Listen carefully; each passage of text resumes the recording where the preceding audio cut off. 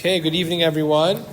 We are up to Perek, Kuf, Chaf, Dalet in 3 minutes of Tehillim, Psalm 124. This is the fifth of the 15 Shir HaMaalos, and I want to focus on an interesting medrash. The Perek begins with Shir HaMaalos. LeDavid, Lule Hashem Shahaya Lanu, Yomar Na Yisrael. Song of Ascents by David. Had not Hashem been with us, declare it now, Israel. And it goes on to talk about that the enemy surrounded us and miraculously Hashem saved the Jewish people. The Medrash comments on this pasuk that says Yisrael, it says Yomer Na Yisrael, that the Medrash says this is not just the Jewish people, or maybe it seems like it's written by David, but rather it's Yisrael Saba. Yisrael Saba is the elder Yisrael, the original Yisrael. Yisrael, which was Yaakov, whose name was changed to Yisrael. And the Medrash then says that Yaakov was the one who slept in a certain place. Right? We know when he was running away from his brother Esav, so Yaakov sleeps in a place. He has the dream with the ladder, and the angels going up and down the ladder. And it says, in that place, he composed all of the 15 Shir HaMaalos Psalms, which is in Sefer Tehillim. Very interesting. So I was thinking about this, how to unpack the message in this. Is this just happenstance that it was Yaakov and he fell asleep and he woke up and he said the Shir HaMaalos in that place?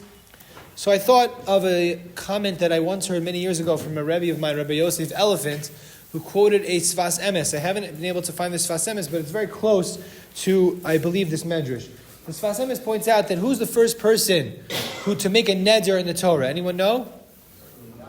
Yaakov. Yaakov is the first one to make a neder, to make a vow. He wakes up and he says, Vayidar Yaakov neder lemor. Yaakov says a vow, Im yeh Elokim imadi, if you Hashem are with me and you protect me, etc.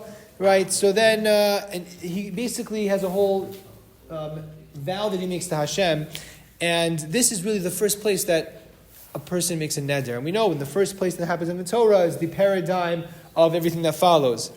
And we also know, Chazal tell us, this is the very place that eventually becomes the Kodesh HaKadoshim, the Har HaMoriah, the place where he sleeps with the ladders and everything becomes the place where the Beis HaMikdash eventually is built.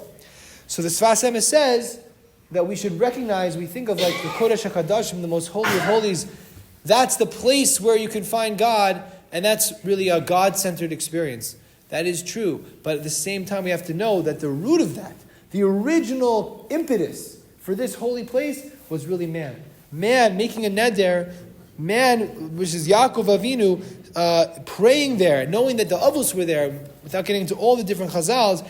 This is really the impetus of the place in which Yaakov makes the neder, utilizing his speech and elevating his own human limitations.